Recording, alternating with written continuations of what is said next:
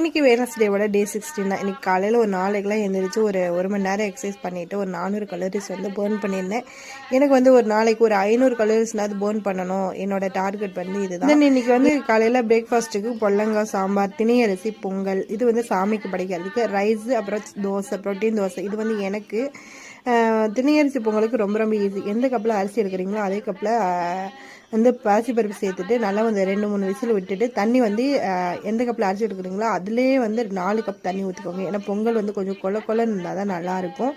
நல்லா ஒரு 2 விசில் விட்டு எடுத்திங்கன்னா சூப்பராக பொங்கல் வெந்துடும். அதுக்கப்புறம் வெந்ததுக்கப்புறம் நம்ம இடித்து வச்ச வெல்லத்தை சேர்த்து நல்லா ஒரு 10 நிமிஷம் அடுப்பில் வச்சு கிண்டி விட்டுட்டு நெய்யில் வறுத்த திராட்சை முந்திரி எல்லாம் சேர்த்து ஏலக்காயெல்லாம் சேர்த்து இறக்குனீங்கன்னா சூப்பராக ரெடி ஆயிடும். செம்ம சூப்பராக இருக்கும். நார்மல் பச்சரிசியில் செய்கிற பொங்கலை விட இந்த அரிசி செஞ்சு பாருங்கள்.